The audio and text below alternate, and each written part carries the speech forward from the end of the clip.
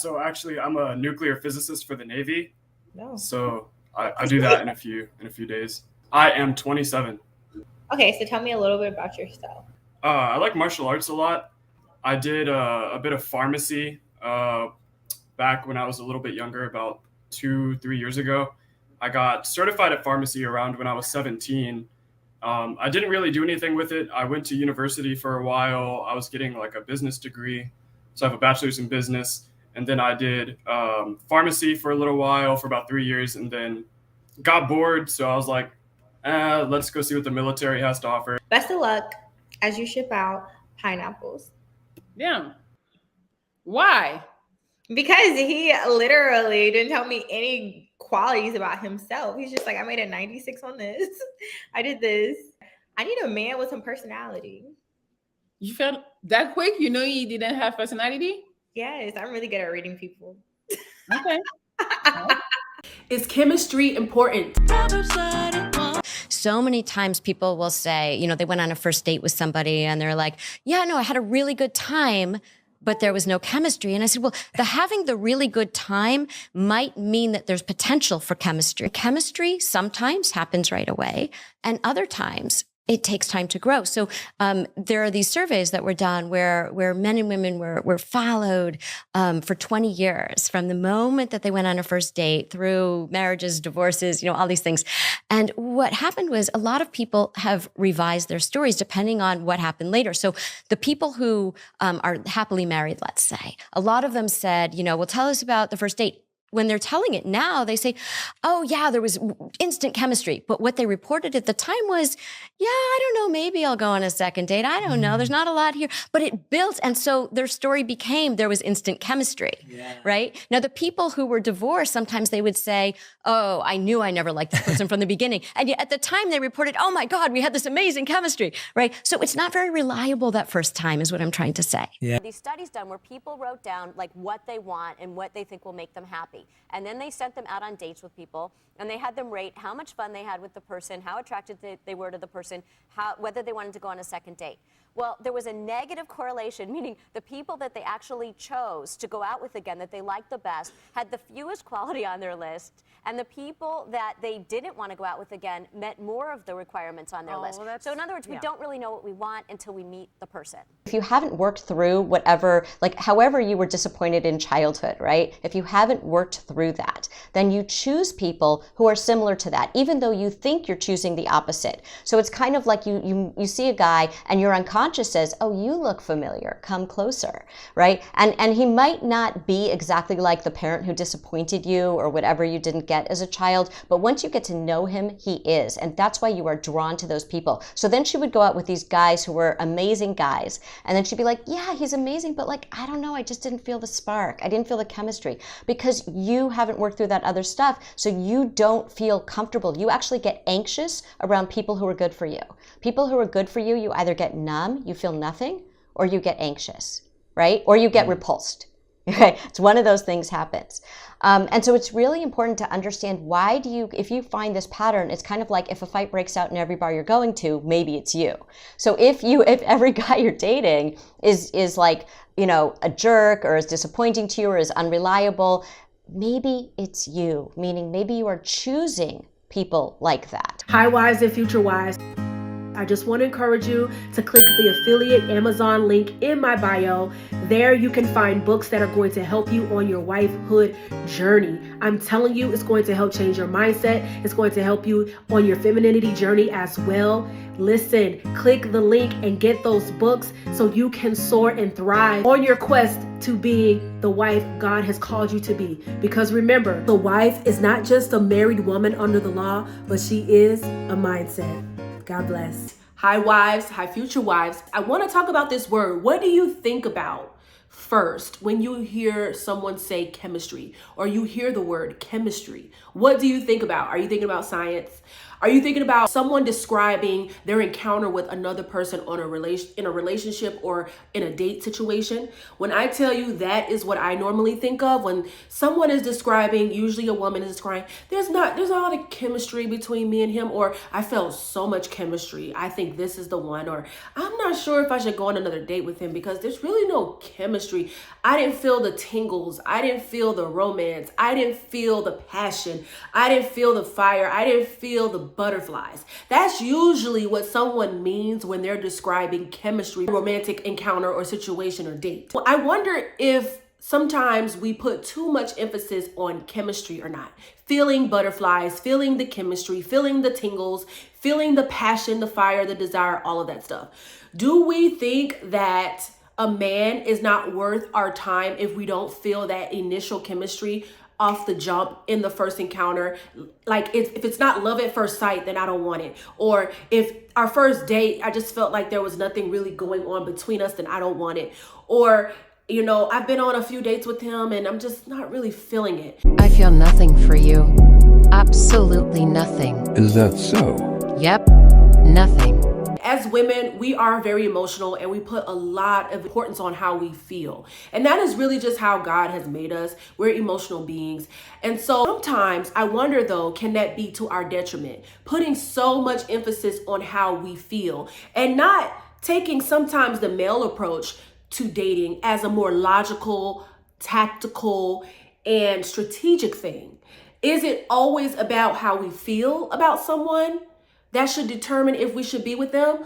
Or sometimes should we just take it step by step and see where this goes and see where this leads to? Steve Harvey came out with that book, Act Like a Lady, Think Like a Man. And there's some things in that book that are interesting and some things that I'm not necessarily okay with. But I will say that sometimes as women, we need to take the male approach sometimes when it comes to dating and move a little bit more logically, strategically. Because sometimes if we're so focused on a Disney fairy tale romance, and I get it, we are women, we're emotional, we like to feel, we are moved a lot of times by our feelings, but that also isn't always the right way to go. Also, as Christians, we're not supposed to be moved by our feelings at all. We're not supposed to be slave to our feelings because the Bible says the heart is desperately wicked. So sometimes our feelings can put us in a bad situation or in a situation we don't want to be in because we were moved by feelings instead of logic or strategizing correctly or the word of God or what is reality. And so as women, we may need to take a page from how some men date and think. And we might need to be more logical. The things that we should be thinking about on our dates and as we're getting to know someone is this man stable? Is he a man of God? Can I trust this man? Is he integral? Is this man going to be a good father to my future children? Or if you have a child already, to my current child? Can I trust him with my children? Can I trust him with finances? Will he be a good leader? Will he make sure that he leads and steers our boat as captain of the boat, our home, our family in the right direction? There's so many more things that we need to consider when it comes to dating for marriage than feelings. Sometimes as women, we can put so much emphasis on, man, we hit it off so good. We had so much conversation. We flowed. It was great. He was funny. He laughed at my jokes. I just felt the chemistry. And we can be blinded by chemistry. The enemy can use chemistry as a way to deceive us. And then before you know it, you're in a bad situation with a guy that you really don't know because you didn't use the dating time to really strategize and be logical. You were just focused on how good you felt. And now you're in a situation that you don't want to be in. So I think we should look at that study that was done and take it seriously. As women, it's nothing wrong with God making us the way he did as far as being empaths and being emotional and feeling. But also we should not allow our feelings to deceive us, especially when we're doing what is one of the most important things in our lives that we can do. Choosing a husband, choosing the future father of our children. We cannot be moved by feelings. So I want to tell you, and I want to give you this just advice. If there is someone that you're interested in or that is interested in you, why not take a chance and see where it goes? Why not date with intention and not feeling. And so sometimes the man of your dreams may be that person that you don't feel that chemistry with.